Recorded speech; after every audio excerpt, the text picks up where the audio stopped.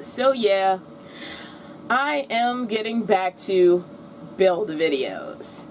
So where I ended off the last time I did a build video, which when people watch this in the playlist later will see right away, but for those of you who have been sticking with me through this, it was obviously a while ago that I actually did the walls on the box truck. Obviously the box truck is pretty much a livable space at this point. Looking at my notes, I did the walls somewhere around like May, early June.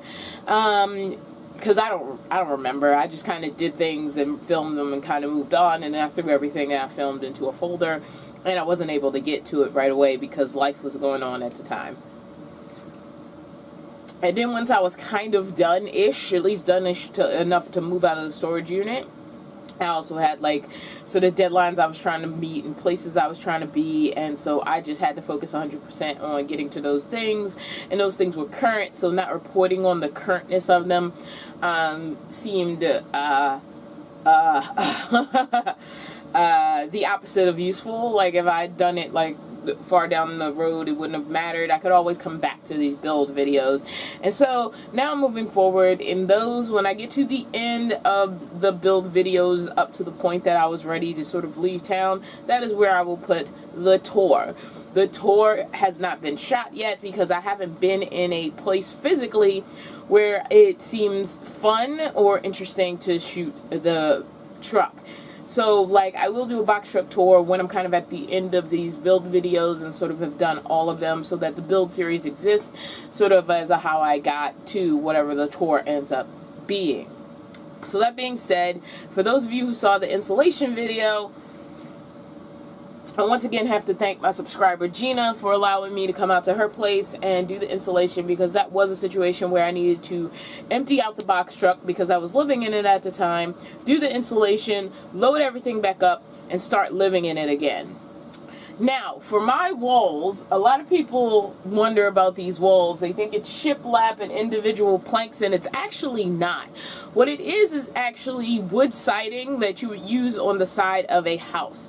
I thought that might be easier, since for each side, left and right, I would only need three panels per wall, so 6 panels, and all I'd have to do is cut holes for the windows in my case. Otherwise, it was pretty much cut in place and cut it down. Now, the storage unit I had before doing installation wasn't big enough. One of the reasons I didn't buy installation ahead of time and then later regretted it was because I just couldn't store it anywhere. I didn't have anywhere to store it, so my plan was always to buy it right at the point that I needed it. Well, because that turned into a problem when I actually needed it, I wanted to be able to go ahead and get my wall panels as planned. I also wanted to get my ceiling panels if I could. I'll talk about that in another video. I used a thing called Project Board, but for my walls, I just want to be able to get them, have them stored, and that way when I was ready to do them, when I had the help to do them, because I did need help with it, they were very heavy. These things are like solid wood. They're basically plywood with fake wood planks cut into them, or they're wood put together. I don't actually know how they're processed. I also wanted to paint them, and the thing about painting is if I paint in here, I can't sleep in here that night. So I would need to be able to paint them outside of the box truck and then install them already painted. I really wish I had put a couple more coats on them, but I was in a rush, short on money and short on time, and trying to do this quickly and making everything more than it would, happen within a few hours, within a day, so that I can move on to the next thing. So, before I could move on to the walls, I actually needed to finish the installation. I'd only done like 90% of it, which was the left and right wall and a couple of things on the front, but there were some things I needed to finish up. I purchased this self-adhesive duct installation from Home Depot and decided to use that on all the awkward spots where I just wanted something I could roll and stick on, but I didn't want to leave those areas uncovered, and I also wanted to do something else with that area, so I didn't want to shove like the regular foam board in there either.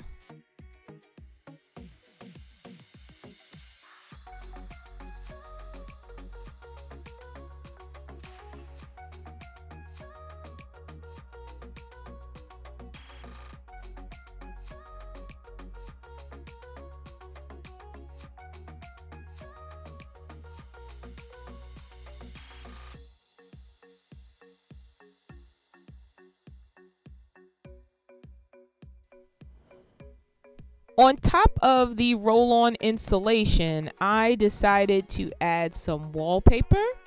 And this wallpaper was basically going to be a white accent against the wood look that would continue down in wallpaper form on the metal ribs on the front area, and I would be building shelves in those areas.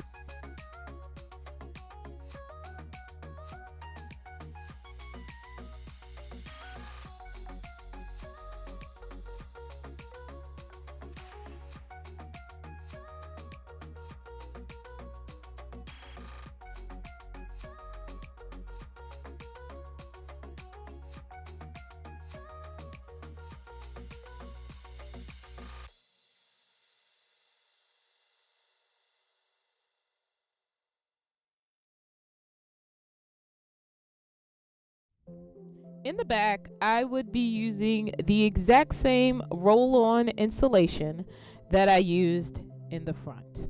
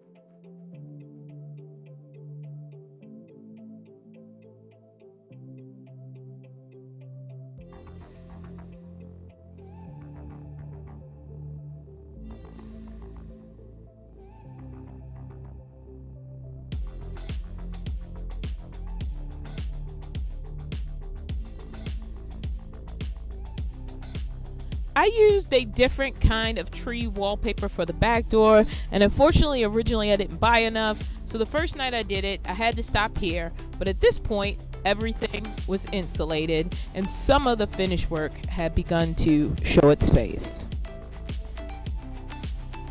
But I wasn't done there.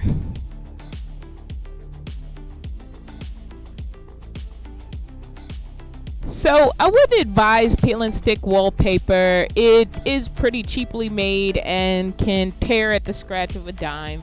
But on a budget, it can give you some prettier surfaces. And so what I decided to do was wallpaper the door between the cab and the box so that the door matched the accent of the shelves above it.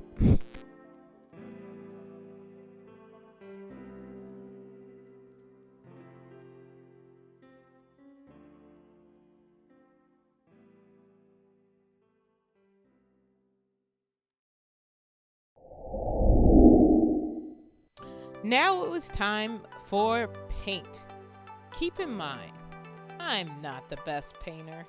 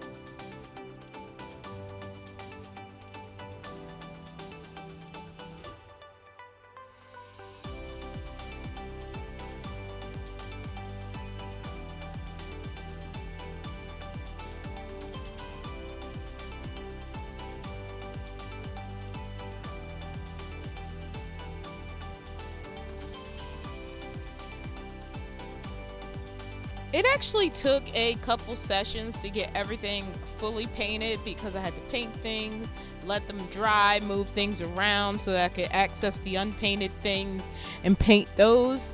But eventually, it all got done. Then it was time for what turned out to be the most fun part of the build, building with Ashley. Ashley is better at measuring and cutting, but also she was just great company. Building was, for me, I thought, going to be a very lonely process, so I never expected to make a friend during the process.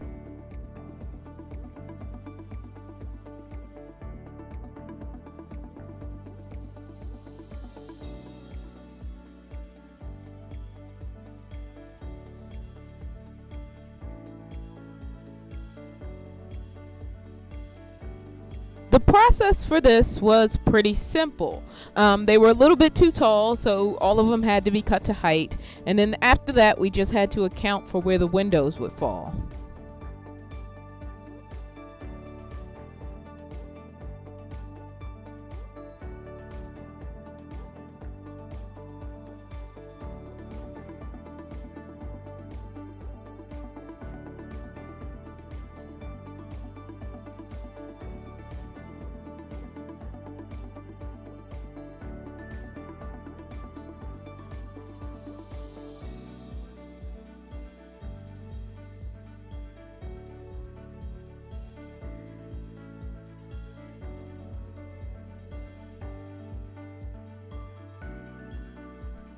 So the process sounds really simple, but it really did take a lot of coordination to make it happen, make sure everything was fitting right, and get everything into position. And luckily, teamwork was something me and Ashley were really good at. We were really good at communicating with each other during the process, and I am so grateful for every project that Ashley helped me with in this box truck.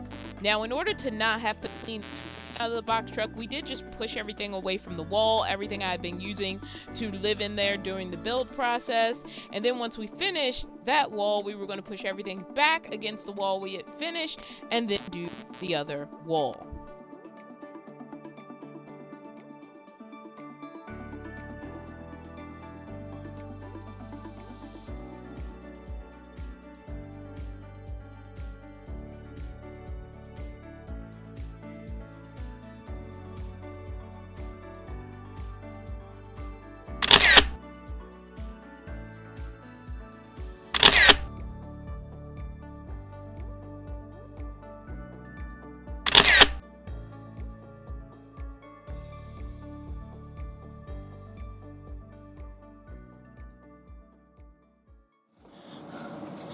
So that was basically how I did my basic base walls. We got a cat trying to be an adventurer right now, and I know you guys love Mickey, so there he is. What are you doing, dude? Mickey, what are you doing?